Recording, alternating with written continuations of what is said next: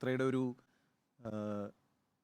എന്താ പറയുക, ചിത്രയുടെ ഉദ്ദേശശുദ്ധിയെ ചോദ്യം ചെയ്യാൻ ആഗ്രഹിക്കുന്നില്ല. ഒന്നാമത്തെ കാര്യം എന്നുവെച്ചാൽ ചിത്ര എനിക്ക് മാത്രമല്ലോ നമുക്കെല്ലാവർക്കും പ്രിയപ്പെട്ട ഗായികയാണ്. നമ്മുടെ ജീവിതത്തെ ആനന്ദ നിർഭരമാക്കുന്നതിൽ പങ്കുവഹിച്ചിട്ടുള്ള വ്യക്തിത്വങ്ങളിൽ ഒരാളാണ് കെ എസ് ചിത്ര എന്ന കാര്യത്തിൽ സംശയമില്ല. മലയാളിയുടെ അഭിമാനമാണ് കെ എസ് ചിത്ര. മാത്രമല്ല കെ എസ് ചിത്രയുടെ ഒരു ചരിത്രം എന്താ? കെ എസ് ചിത്രയുടെ ചരിത്രം ഏതെങ്കിലും തരത്തിലുള്ള വിദ്വേഷം പിന്നെ സമൂഹത്തിൽ പടർത്താൻ ശ്രമിക്കുകയോ അത്തരത്തിൽ വിഭാഗീയമായ ഏതെങ്കിലും ചിന്തകളെ പിൻപറ്റുകയോ ഒന്നും ചെയ്യുന്നൊരു ചരിത്രമോ പാരമ്പര്യമോ കെ എസ് ചിത്രയ്ക്കില്ല. പക്ഷേ കെ എസ് ചിത്ര ഒരു വിവാദത്തിലും ഉണ്ടായിട്ടില്ല. വളരെ സൗമ്യയായ സ്ത്രീയാണ് നമുക്കറിയുന്നിടത്തോളം. എല്ലാവർക്കൊക്കെ ഇപ്പോൾ ഒരു എന്താ പറയുക, ഒരു മൂത്ത സഹോദരിയെ പോലെ പ്രിയപ്പെട്ട ആളാണ്. പിന്നെ കെ എസ് ചിത്ര നമ്മുടെ സാമൂഹിക രാഷ്ട്രീയ സാംസ്കാരിക രംഗങ്ങളിലൊന്നുമില്ല. ഒരു ഗായിക എന്നുള്ള നിലയ്ക്ക് അവർ വന്ന് പാട്ടുപാടി പോകും എന്നുള്ളതല്ലാതെ എവിടെയെങ്കിലും എന്തെങ്കിലും ഒരു അഭിപ്രായം പറഞ്ഞതായിട്ട് എനിക്ക് അറിയുകയുമില്ല. പക്ഷേ ഈ അഭിപ്രായം ഇവിടെ അദ്ദേഹം കെ എസ് ചിത്ര പറയുന്നുണ്ട്, 12:30 മണിക്ക് ഈ മുഹൂർത്തത്തിൻ്റെ സമയത്ത് രാമനാമം ജപിക്കണം എന്ന് പറയുന്നു. വൈകുന്നേരം അഞ്ചിലത്തിരിയിട്ട വിളക്ക് കൊളുത്തി വെക്കണം എന്ന് പറയുന്നു. ലോകത്തിലെല്ലാം സുഖം ഭവിക്കട്ടെ എന്നും പറയുന്നു. സത്യത്തിൽ ഞാൻ നോക്കുമായിരുന്നേ, 1963 കെ എസ് ചിത്ര ജനിച്ചത്. ഇപ്പോൾ 60 വയസ്സുണ്ട് കെ എസ് ചിത്രയ്ക്ക്. കെ എസ് ചിത്രയ്ക്ക് 28 വയസ്സുള്ളപ്പോഴാണ് ബാബറി മസ്ജിദ് തകർക്കപ്പെട്ടത്. 28 വയസ്സെന്ന് പറയുന്നൊരു ചെറിയ പ്രായമല്ല. 38 വയസ്സുള്ളപ്പോഴാണ് ഗുജറാത്ത് കൂട്ടക്കൊല സംഭവിച്ചത്. കെ എസ് ചിത്ര വാർത്താ ചാനലുകൾ കാണുന്ന ഒരാളോ അല്ലെങ്കിൽ എല്ലാ ഒരു പത്രം കൃത്യമായി വായിച്ചുകൊണ്ടിരിക്കുന്ന ഒരാളോ ഒക്കെ ആയിരിക്കണമെന്നില്ല. അവരുടെ ഒരു വ്യവഹാര മേഖല അതല്ലല്ലോ. ഇപ്പോൾ കേരളത്തിലെ തന്നെ എല്ലാ മന്ത്രിമാരെയും അറിയണമെന്ന് പോലുമില്ല കെ എസ് ചിത്രയ്ക്ക്. അങ്ങനെ ഒരു ലോകത്തല്ല അവരുള്ളത്. എന്ന് മാത്രമല്ല അവർ ഈ പിന്തുടർന്നിട്ടുള്ളത് കർണാട്ടിക് മ്യൂസിക്കാണ്. കർണാട്ടിക് മ്യൂസിക്കിലെ കീർത്തനങ്ങളെന്നൊക്കെ പറഞ്ഞാൽ ഭക്തിയാണല്ലോ അതിൻ്റെ ഒരു അന്തർധാര എന്ന് പറയുന്നത്. അപ്പോൾ അതുകൊണ്ട് വലിയ ഭക്തിയുള്ള ഒരു ആളായിരിക്കും. ആ ഭക്തിയുടെ അടിസ്ഥാനത്തിലായിരിക്കാം അവരത് പറഞ്ഞിരിക്കുന്നത്. പക്ഷേ ഞാൻ ഈ ചൂണ്ടിക്കാണിക്കാൻ ഉദ്ദേശിച്ച വിഷയം എന്ന് പറയുന്നത് ഈ സ്വതന്ത്ര ഇന്ത്യയുടെ ചരിത്രത്തിലെ ഏറ്റവും സുപ്രധാനമായ അധ്യായങ്ങളിലൊന്നാണ് ഈ ബാബറി പള്ളിയുടെ തകർത്തു എന്ന് പറയുന്നത്. അതിനുശേഷം ഗുജറാത്തിലെ കലാപവും ഒരു കറുത്ത അധ്യായമാണ്. അപ്പോൾ അതൊന്നും ഒരു സാമൂഹിക ജീവി എന്ന നിലയ്ക്ക് നമ്മുടെ ശ്രദ്ധയിൽപ്പെടാതെ പോകേണ്ട കാര്യമല്ല. അപ്പോൾ അയോധ്യയിൽ ശ്രീരാമക്ഷേത്രം പണിയുന്നു എന്ന് പറയുമ്പോൾ അത് അയോധ്യയിൽ ഒരു തർക്കവുമില്ലാത്തൊരു പ്രദേശത്ത് ഒരു സ്ഥലമെടുത്ത് അവിടെ ഒരു ട്രസ്റ്റ് ഒരു ക്ഷേത്രം പണിയുകയാണെങ്കിൽ ഒരു ഭക്ത എന്നുള്ള നിലയ്ക്ക് അവർക്ക് അന്ന് നാമജപം നടത്തണമെന്ന് ഭക്തരോട് പറയുന്നതിൽ തെറ്റൊന്നുമില്ല.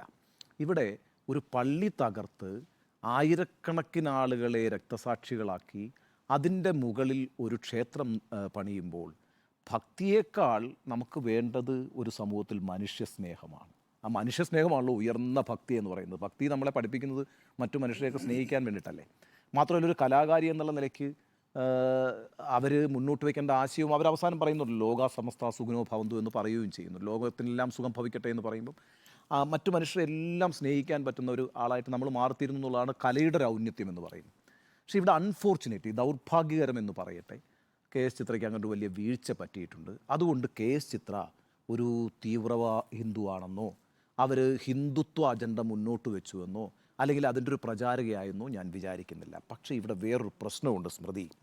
ഇന്നിപ്പോൾ രാജ്യത്ത് ഈ ഹിന്ദുത്വ എന്ന് പറയുന്ന ആശയത്തിൻ്റെ വക്താക്കളായി എല്ലാവരെയും മാറ്റിയെടുക്കാനുള്ളൊരു ശ്രമം നടക്കുന്നു എന്നുള്ളതാണ്. ഇപ്പോൾ ഏറ്റവും അവസാനം നമ്മൾ കണ്ടത് മാൽഡീവ്സുമായി ബന്ധപ്പെട്ടുണ്ടായ തർക്കമുണ്ടല്ലോ, ഇന്ത്യ മാൽഡീവ്സ് തർക്കമുണ്ടല്ലോ. നമുക്ക് അതിൻ്റെ രാഷ്ട്രീയം, അതിൻ്റെ ലോക സാഹചര്യം അല്ലെങ്കിൽ മാൽഡീവ്സിൻ്റെ ഇന്ത്യയോടുള്ള നിലപാട് മാറ്റത്തിൻ്റെ യഥാർത്ഥ കാരണം ഇതൊന്നും അന്വേഷിക്കാൻ മിനക്കെടാതെ നമ്മൾ വളരെ പെട്ടെന്നൊരു ദേശരാഷ്ട്രവാദിയായി മാറി നിന്നുകൊണ്ട് വളരെ ഉച്ചത്തിൽ നമ്മുടെ രാജ്യത്തിൻ്റെ സ്നേഹം പ്രകടിപ്പിക്കുകയാണ്. അവിടെ ആരൊക്കെയാണ് ക്യൂ നിന്ന് ഈ സ്നേഹം പ്രകടിപ്പിക്കുന്നത്? സച്ചിൻ ടെണ്ടുൽക്കർ, അക്ഷയ് കുമാർ, അങ്ങനെയൊക്കെയുള്ള വളരെ പ്രധാനപ്പെട്ട സെലിബ്രിറ്റീസ് എല്ലാം കൂടി ഇറങ്ങി വന്നിട്ട് ഈ രാജ്യസ്നേഹം പ്രഖ്യാപിക്കുകയാണ്. ഞാൻ ഈ മാൽഡീവ്സിലടുത്ത് പോയിരുന്നല്ലോ, തിരിച്ച് ഞാൻ വരുന്ന സമയത്തെ ഈ എയ്റോപ്ലെയിനിലൊരു അനൗൺസ്മെൻ്റ് ഉണ്ട്, ഇന്ത്യ രാജ്യത്തേക്ക് പ്രധാനമന്ത്രി നരേന്ദ്രമോദി നിങ്ങളെ സ്വാഗതം ചെയ്യുന്നുവെന്ന്. ഞാൻ ഇതിനു മുമ്പ് വിദേശയാത്രകൾ നടത്തിയിട്ടുണ്ട്. അപ്പോൾ ഒരിക്കലും ഈ പ്രധാനമന്ത്രിയുടെ പേര് പറഞ്ഞൊന്നും ഒരു രാജ്യത്തേക്കുള്ള സ്വാഗതമൊന്നും പറഞ്ഞ് ഞാൻ കേട്ടിട്ടില്ല.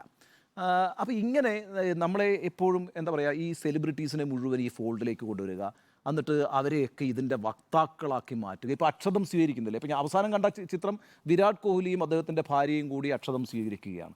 മോഹൻലാൽ ഇവിടെ അക്ഷതം സ്വീകരിക്കുന്നു. വളരെ ശ്രീനിവാസൻ സ്വീകരിക്കുന്നു. വളരെ നിഷ്കളങ്കവും ഭക്തിയുടെ ഒരു കാര്യവുമാണ് ഇത് എന്ന് നമുക്ക് തോന്നാം.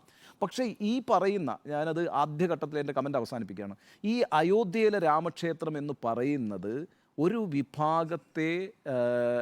വിഭാഗത്തിൻ്റെ വികാരത്തെയും വിശ്വാസത്തെയും വ്രണപ്പെടുത്തിക്കൊണ്ട് ഉയർന്നു വന്നിട്ടുള്ളൊരു കാര്യമായിരിക്കുന്നതുകൊണ്ട് അതിനോട് നമ്മൾ സ്വീകരിക്കേണ്ട സമീപനത്തിലും അതേക്കുറിച്ച് നമ്മൾ എടുക്കേണ്ട നിലപാടിലും നമ്മളൊരു സൂക്ഷ്മത വെച്ച് പുലർത്തേണ്ടതുണ്ട്.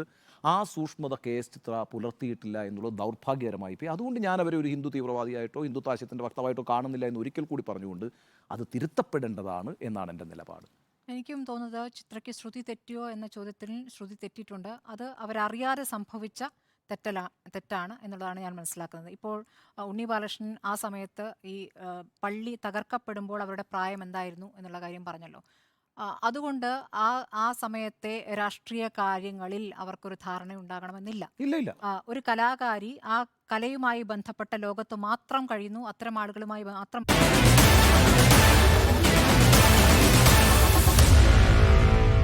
Meet the editors.